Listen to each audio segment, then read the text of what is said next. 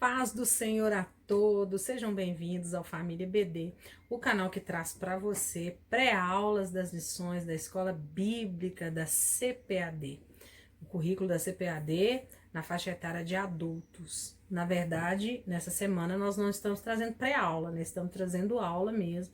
Devido a alguns problemas técnicos, não foi possível fazer a gravação dessa aula com antecedência, mas eu estou aqui gravando esse conteúdo para que você possa dar sequência aos seus estudos das lições da revista da Escola Bíblica Dominical de adultos da CPAD. Essa semana nós estaremos com a lição de número 6 e vamos estudar a respeito da teologia de Elifaz.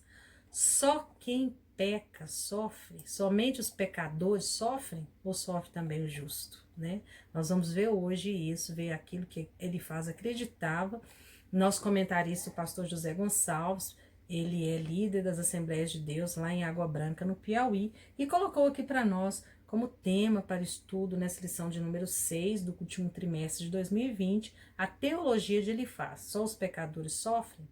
E quando a gente vê que ele colocou aqui a teologia de Elifaz, nós ficamos perguntando, pensando, né? Como assim a teologia de Elifaz? Existe uma teologia para cada um? A teologia de Helena, a teologia de João, a teologia de Maria?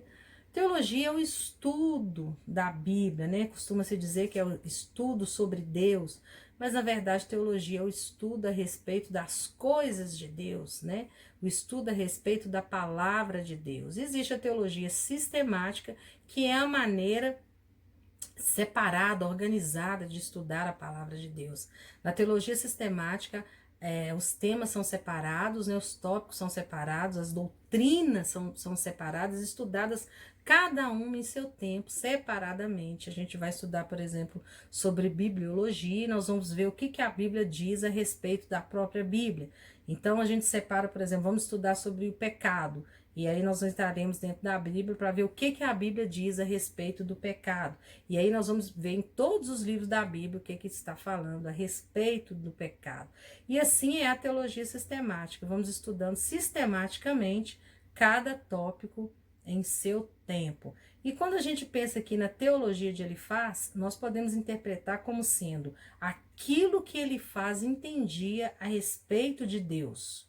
Como Elifaz achava, acreditava que Deus era. Assim fica mais fácil da gente entender a teologia de Elifaz.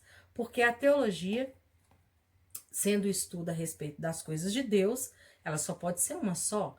Porque Deus é invariável, não tem sombra de variação, Deus não muda, Ele é imutável, Ele é transcendente, está muito acima de nós. Deus não depende das nossas leis, né? Não depende das leis da física, Deus não depende das leis da natureza, não depende das leis jurídicas, das ordenanças, dos ordenamentos jurídicos espalhados pelo mundo afora.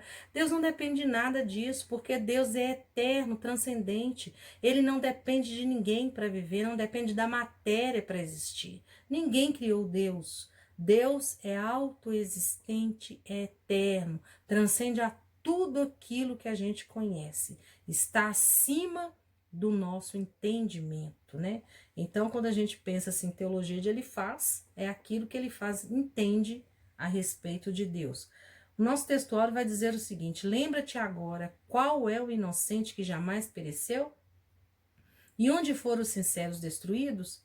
Segundo eu tenho visto, os que lavram iniquidade, semeiam mal, cegam, isso mesmo. Elifaz vai dizer isso lá no livro de João, no capítulo 4, versículos 7 ao 8. Embora transcendente, Deus tem prazer em se relacionar com o homem terreno, é a nossa verdade prática e é o primeiro aprendizado que a gente tira dessa lição, não é verdade? Deus é, como eu disse, transcendente. Ele transcende a tudo aquilo que a gente conhece. Ele está acima de tudo aquilo que a nossa mente pode alcançar. Explicando Deus de uma maneira bem simples, o que é ser transcendente é mais ou menos isso aí. Aquilo que a gente nem pode entender. Ele não depende da matéria, ele não depende da natureza, não depende daquilo que é físico para ele existir, né? Ele depende apenas de si mesmo, porque ele é suficiente, ele é tudo, tudo está nele, tudo converge para ele, né? E ainda assim, mesmo ele estando tão distante de nós, Ele está conosco através do seu Espírito Santo que habita em nós, porque a palavra de Deus vai dizer que nós somos templo do Espírito Santo de Deus. Então a gente entende a grandeza desse Deus e a humildade desse Deus, a misericórdia desse Deus. Porque só um ser muito misericordioso poderia querer se relacionar com o homem. Nós, na nossa miséria, no quanto somos pequenos diante do universo, e esse Deus que fez esse universo, que trouxe esse universo à existência através da sua palavra. Olha o tamanho do poder desse Deus. Ele quer se relacionar conosco, andar junto conosco, né? Isso recebe essa bênção, essa maravilha em sua vida, porque Deus quer estar em comunhão com você. Receba e esteja em comunhão com Ele. Se achegue a esse Deus, porque a palavra dele vai dizer que aquele que se achegar a mim, de maneira alguma, eu lançarei fora. Então estejamos nós na presença do nosso Deus, né? A leitura diária nem necessita fazer menção, porque hoje já é sábado, mais disso, esse horário, sábado, 1h36 da madrugada. Na verdade, já é domingo, né? Madrugada de sábado para domingo, e eu estou aqui com a minha voz ainda meio rouca, fazendo a gravação dessa aula para você, para que você não perca a sequência dos estudos, né?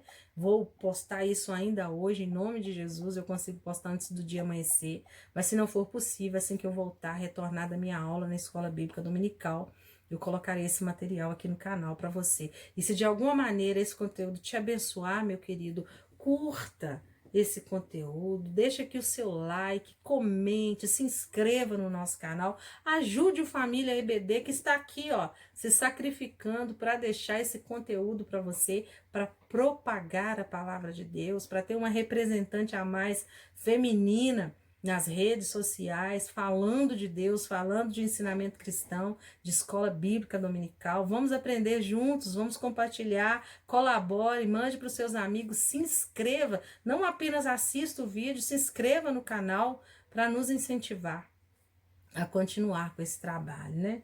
O comentarista da nossa lição, né, como eu já disse, vai nos dizer aí, ó, que nessa lição nós estudaremos o discurso de Elifaz.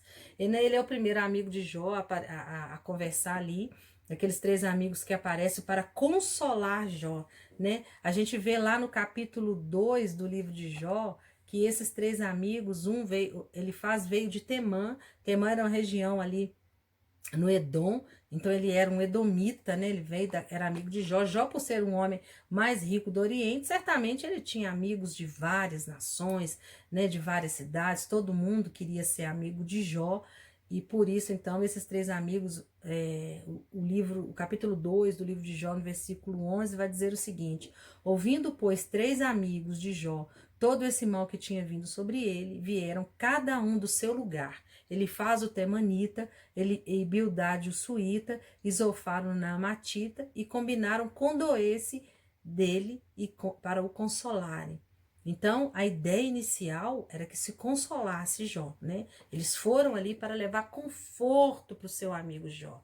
E não foram muito bem sucedidos nessa empreitada, por conta das crenças que eles tinham, né? Muitas vezes aquilo que nós cremos, os dogmas que nós mantemos e insistimos em continuar, eles nos afastam das pessoas que amamos, né? Por conta dos nossos preconceitos, dos tradicionalismos, aquilo que não tem nem muito a ver com Deus ou mesmo nada a ver com o amor de Cristo, né? Muitas vezes nós esquecemos da misericórdia de Deus para conosco, como Deus não nos julga segundo as nossas faltas, mas Ele nos julga segundo a sua misericórdia. E nós não podemos nos esquecer disso, no tratar os nossos irmãos, entender que nós também não podemos olhar para os nossos irmãos segundo as suas próprias falhas, mas devemos olhar com o nosso olhar de misericórdia. Através de Jesus Cristo é que eu posso observar o meu irmão, entendendo sempre que Jesus veio para o pecador, que o sangue derramado na cruz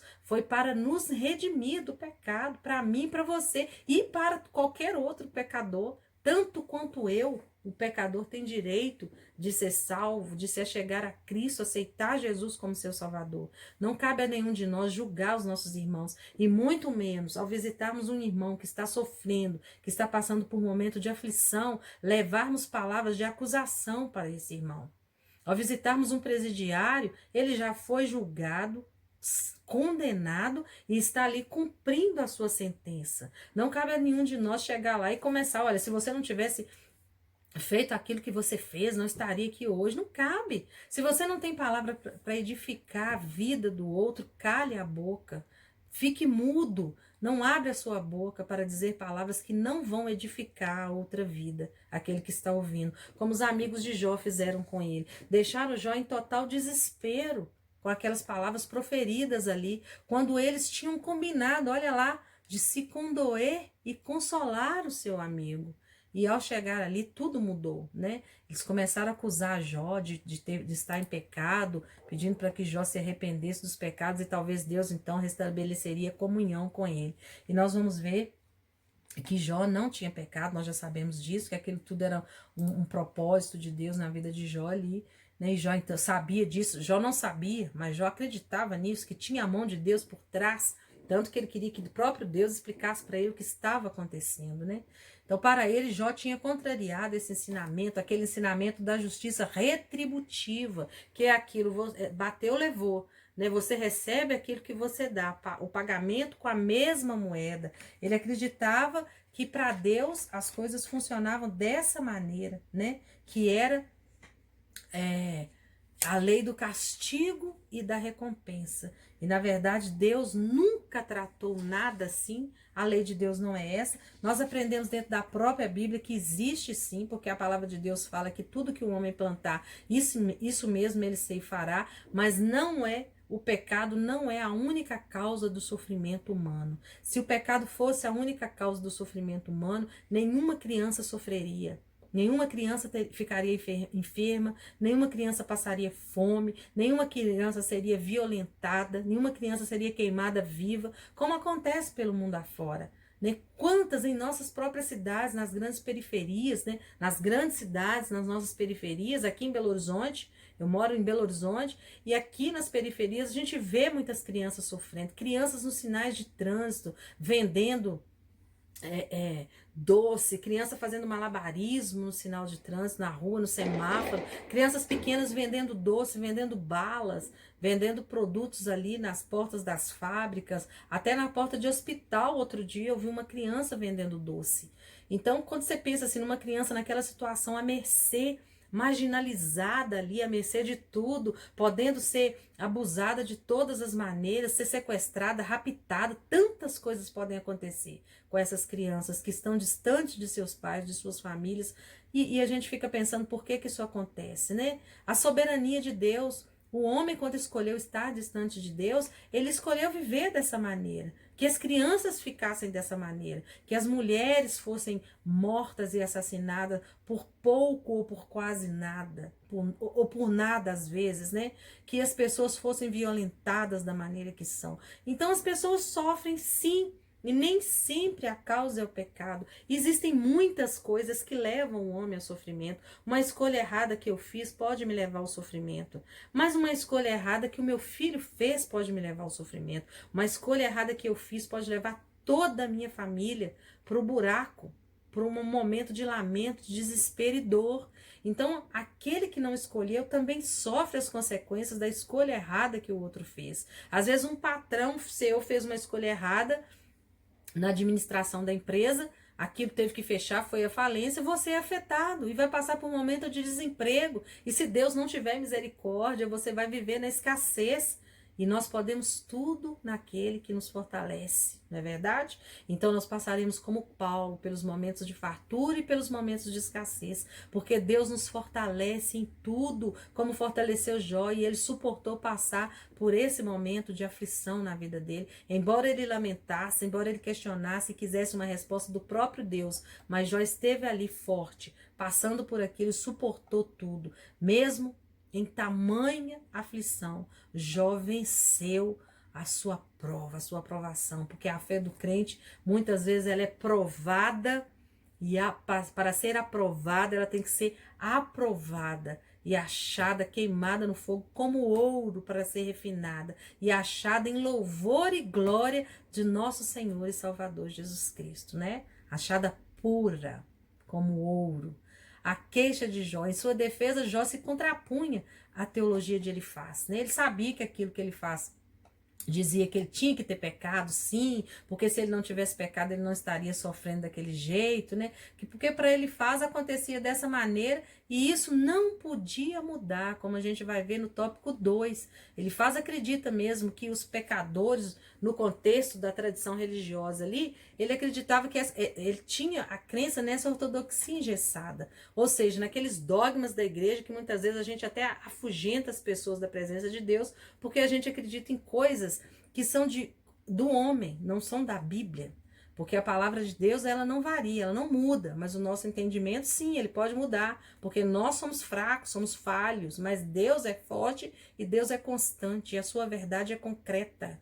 A Bíblia é inerrante, a Bíblia é infalível e a Bíblia é suficiente para que nós possamos receber dela a revelação, aquilo que o Senhor quis passar para cada um de nós, para praticarmos em nossa vida a cada dia do nosso viver. Então, essa ortodoxia engessada aqui, ela se refere a isso, aquilo que está preso. Já viu um membro, né, um braço com gesso quando é quebrado?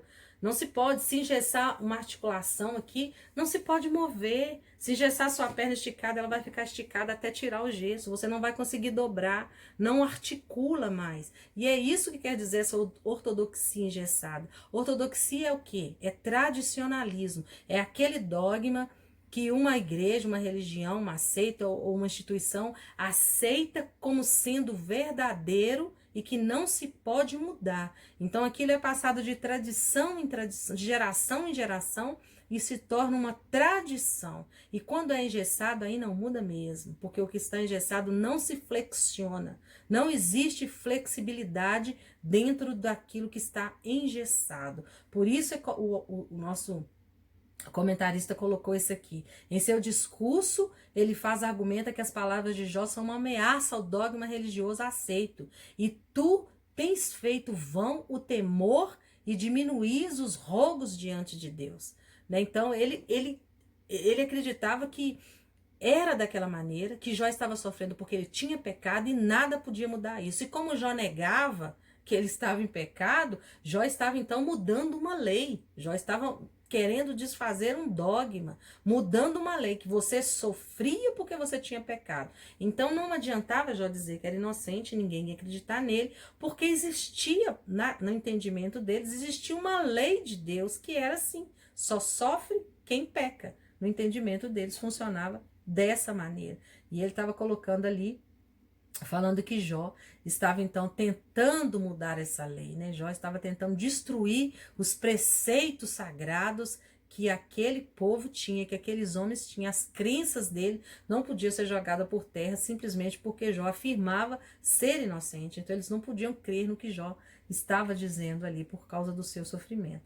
E se Jó estivesse certo, a religião então tradicional que sempre ensinou a prosperidade dos bons e o sofrimento dos maus, estaria errada. E como a sua religião não pode estar errada, né? A sua crença não pode estar errada, a nossa crença tem que estar certa sempre, então o outro é que está errado. E era assim que eles viam as coisas. Como a religião tinha que estar certa, Jó estava errado. Ele estava mentindo, ele havia pecado sim, e tinha pecado oculto, ele estava escondendo, e a partir do momento que ele confessasse, talvez Deus tivesse misericórdia da vida dele e curasse Jó daquela doença, né? Permitisse que Jó se livrasse de todo aquele mal. Então, nesse aspecto, Jó era uma ameaça àquela forma de pensar, né? Ele estava ameaçando todas as crenças que aqueles homens tinham, aquilo que eles acreditavam desde sempre, não podia mudar. Nós temos que estar muito atentos a isso, porque nós vemos muito isso acontecer em nossas igrejas. Muitas vezes nós afastamos as pessoas das igrejas por conta das nossas crenças limitadas, a nossa ortodoxia engessada, né? Colocando aqui de uma maneira bem simples para você entender. É exatamente isso. Um novo convertido chega na igreja com seus costumes seculares e muitas vezes nós afastamos dessa pessoa porque não concordamos, né?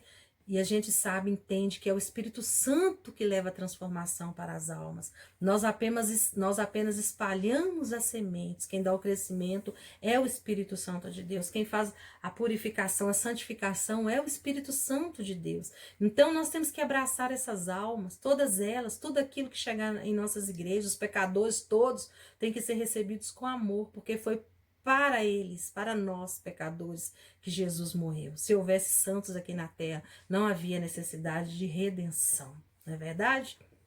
Então, fica ali, ele junto com seus amigos todos, né, ele ataca Jó de uma forma contundente, dizendo que suas palavras não revelam sabedoria, mas são palavras ao vento. Coloca Jó como Jó não sendo um homem sábio, tira de Jó todos os atributos que Jó tinha, de bons que Deus havia conferido a Jó, né? O próprio Deus havia testado sobre a integridade do caráter de Jó na presença de Satanás, e agora ele faz que também acreditava na teologia satânica, porque se a gente for comparar e fazer uma reflexão aqui, nós vamos observar que a teologia de Satanás era a mesma de Jó. Satanás entendia a mesma de Jó, não, a mesma de Elifaz.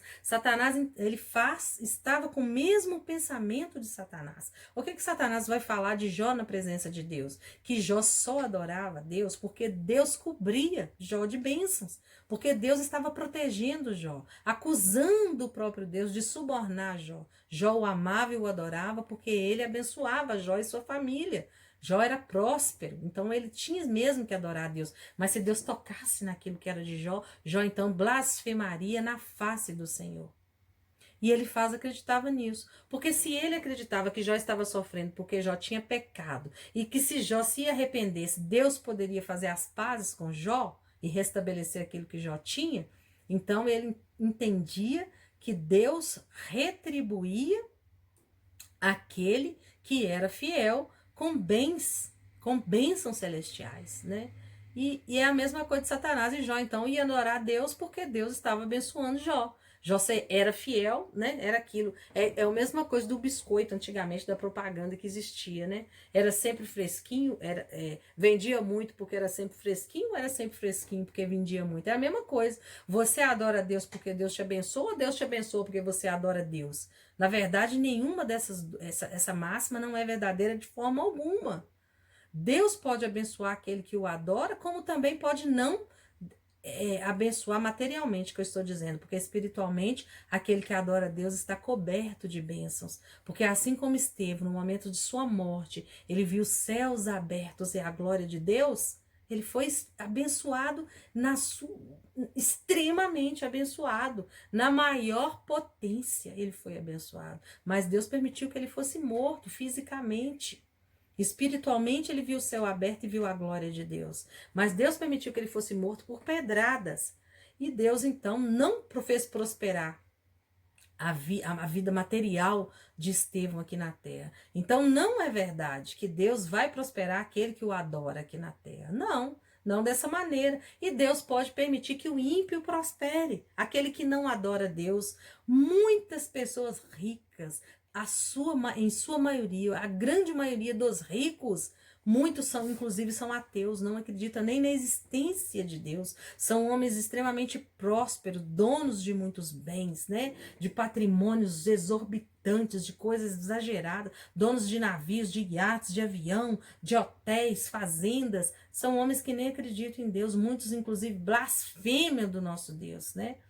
E são prósperos, então não tem relação com isso não, com vida próspera, material, com o fato de nós sermos verdadeiros adoradores ou estarmos vivendo em pecado, não tem relação uma coisa com a outra, isso tem que ficar muito claro.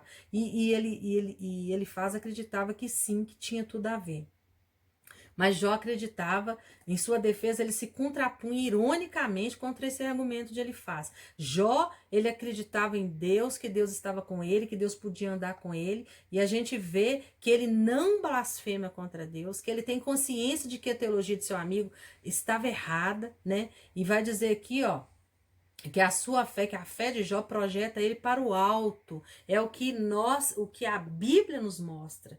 Aquele que julga o pecado, que acredita nisso, ele vai buscar a causa do seu sofrimento lá atrás. O que eu fiz de errado para estar agora pagando por isso. Enquanto a Bíblia nos aponta para frente, para diante, para a cruz, para a misericórdia de Deus, né? Para o sacrifício derramado, o sangue derramado ali na cruz. É para isso para onde nós devemos olhar, sempre para Jesus. Então, a teologia de Elifaz, ela não condiz com a realidade daquilo que é o nosso Deus. Não estou dizendo que o pecado não causa sofrimento. Causa sim. A própria Bíblia vai dizer que as suas iniquidades, as nossas iniquidades, nos afastam de Deus. Deus não está com as mãos encolhidas para que não possa nos abençoar, nem com seus ouvidos tapados para que não possa nos ouvir. Mas as nossas iniquidades, elas fazem separação entre nós e Deus, né? A Bíblia vai dizer que de maneira alguma Deus lança fora aquele que se achega a ele. Mas as nossas iniquidades fazem separação entre Deus e nós.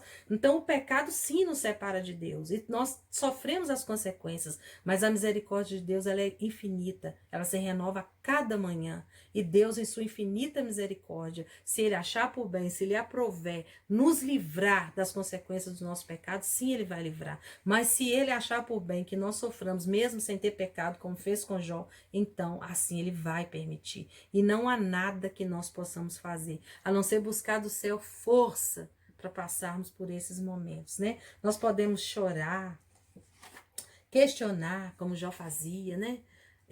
Chamar Deus para conversar. Deus foi. No final, Deus apareceu ali, foi conversar com Jó, restabeleceu tudo aquilo que Jó havia perdido de maneira dobrada, né? E mudou o cativeiro de Jó, né? Aí a gente vê aqui no tópico 3, os pecadores diante de um Deus infinito. Deus não se importa com quimeras humanas. Em seu terceiro discurso, ele faz apelo para a transcendência divina. E ao atacar Jó, né, ele vai dizer, não adianta nem se orar, meu filho, porque Deus não vai te ouvir de jeito nenhum. De grosso modo, a transcendência diz respeito ao conjunto de atributos do Criador, né, que ressalta a sua superioridade em relação à criatura humana, aquilo que eu já disse lá no início, né? Deus está muito acima disso tudo. Para ele faz o sofrimento de Jó era um atestado de que ele havia pecado. Ele tinha certeza. Ele chegou a acusar Jó de coisas que Jó jamais pensou em fazer. A teologia de Elifaz destaca um Deus transcendente, porém distante. Isso não é verdadeiro. Deus está conosco, né? Deus, ele fala que Deus não se importa muito com o que acontece aqui na terra. Deus fica indiferente às coisas que criou. Deus criou e deixou jogado para lá. Não quis saber. A gente vai ver isso lá no livro de Jó, no capítulo 22, e no versículo 12, esse homem dizendo todas essas coisas para Jó. E Jó, cada vez mais, quanto mais ele dizia essas coisas, mais Jó combatia, rebatia e dizia, olha, eu não pequei, eu não fiz nada disso, né? Eu não tenho que me arrepender de nada, porque nada eu fiz, né? Ele vai dizer, olha, então Elifaz responde o temanita. Então respondeu Elifaz o temanita, dizendo, porventura será o homem de algum proveito para Deus? Antes a si mesmo o prudente será proveitoso. Olha isso, ele fala que Deus não está nem aí para nós, ou tem o todo-poderoso prazer em que tu sejas justo, ou algum lucro em que te faças perfeitos aos teus caminhos? Isso não é verdadeiro. Deus tem prazer sim na nossa justiça. Deus tem prazer quando nós buscamos andar junto com Ele, nos santificar na presença dEle, imitar os passos de Cristo. Deus se alegra. A palavra de Deus vai dizer que a alegria de Deus é a nossa força. Então, quando nós estamos fortalecidos na presença do Senhor, buscando a face de Deus, Deus se alegra conosco. Ele tem sim prazer na nossa justiça, tem sim prazer que nós buscamos ser justos, né?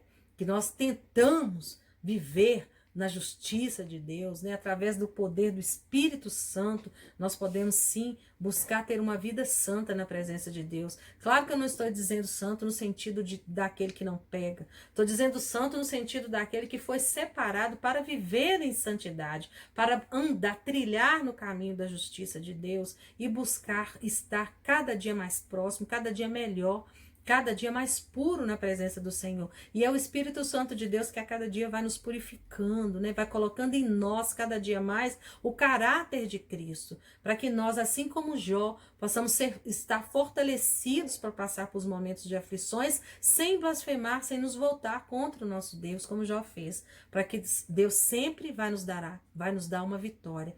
Ainda que a morte venha por apedrejamento, o céu se abrirá e nós então poderemos ver a glória de Deus sobre a nossa vida, né? E a gente vai ver tudo aquilo que ele faz, vai falando com Jó, e Jó sempre rechaçando as palavras desse amigo dele, que na verdade nem parecia ser tão amigo assim, né?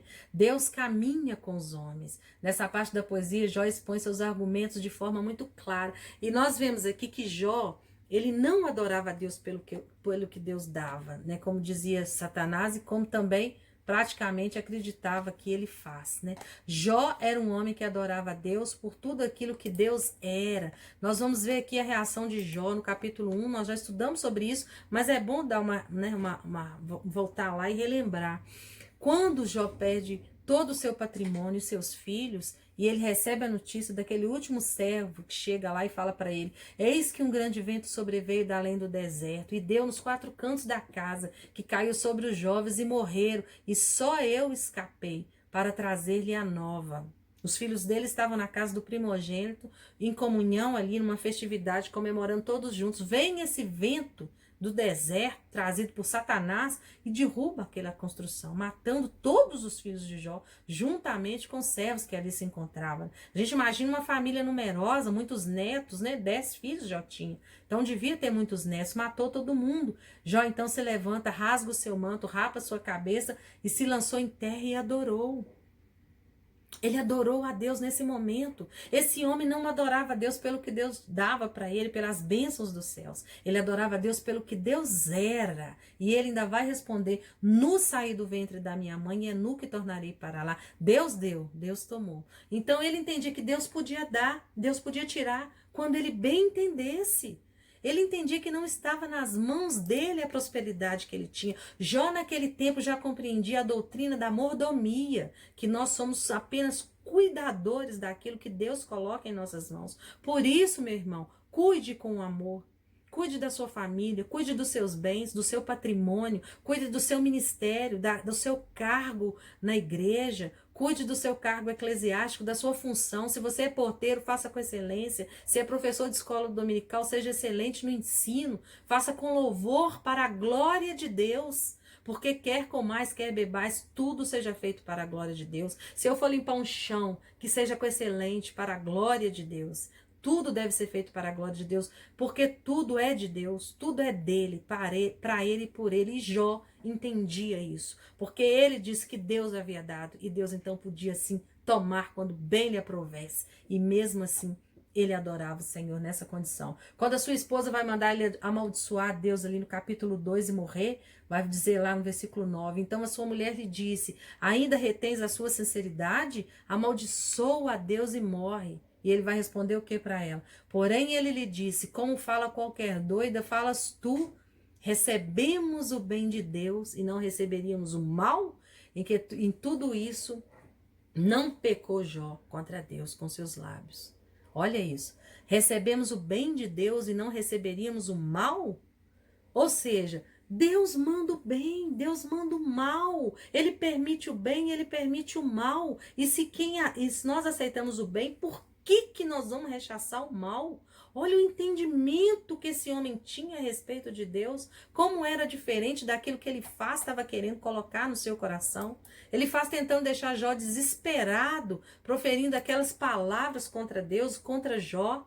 Né? E Jó sabia, ele entendia na sua alma que nada daquilo que ele faz estava dizendo era verdade. Ele se via inocente, ele não achava pecado em si para causar tamanha tragédia em sua vida. E nós vamos ver que Jó temia simplesmente que Deus se afastasse dele, né? Ele não vai aceitar, ele não questionou pelos bens que ele perdeu. Jó começa a questionar quando a sua saúde é tocada e ele não tem mais paz para dormir, ele não tem mais paz para comer, ele não consegue. Nós vimos na outra lição, né, que Jó tinha insônia, Jó tinha febre, Jó tinha tremores, Jó não conseguia comer, Jó ficou sozinho. Todos os seus amigos e os familiares o abandonaram. Aqueles que estavam do lado dele estavam ali acusando, esses amigos dele estavam ali para fazer acusações contra ele, né?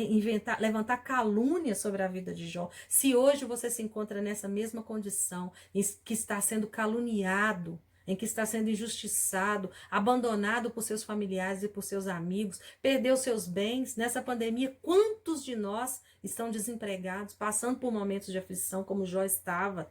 Que o Espírito Santo de Deus agora possa testar em seu coração que quem te justifica é o próprio Cristo, o próprio Jesus, aquele que morreu na cruz por você. No momento oportuno, ele vai restituir tudo que você perdeu. Todas as bênçãos chegarão em sua vida novamente e a glória da segunda casa sempre será maior do que a da primeira.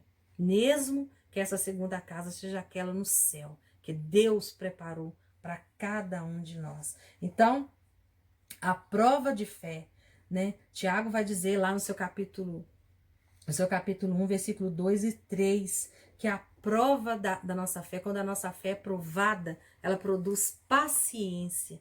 Então, que nós possamos aprender a esperar no Senhor, a confiar nele, né? Depositar toda a nossa esperança nele e continuar seguindo, rompendo em fé. E assim como Jó, não permitir que nenhuma dessas palavras de ele faz entre em nosso coração, porque nós sabemos que servimos a um Deus misericordioso, que cobra sim de nós, porque o Pai corrige aquele que ele ama, né? Então o Senhor pode sim, a qualquer hora, né? Mas nós precisamos entender que a vida com Deus não é um sistema de castigo e recompensa. A vida com Deus é um sistema de amor e misericórdia. E quando Ele nos corrige, ou é para provar a nossa fé e aprová-la, ou é para nos corrigir, porque alguma coisa, alguma escolha errada nós fizemos. Muitas vezes Deus permite que o mal chegue até a nossa tenda, para que nós possamos nos aproximar dele. Porque o Pai traz para si o Filho amado, que ele não quer distante da sua presença. E quando Deus vê que nós estamos desviando, ele permite que o mal chegue para que nós voltemos, nos acheguemos a ele novamente. Porque muitos crentes só conseguem ser fiéis a Deus no momento de aflição, que é quando eles têm que estar com seu joelho no chão, buscando a presença de Deus, né?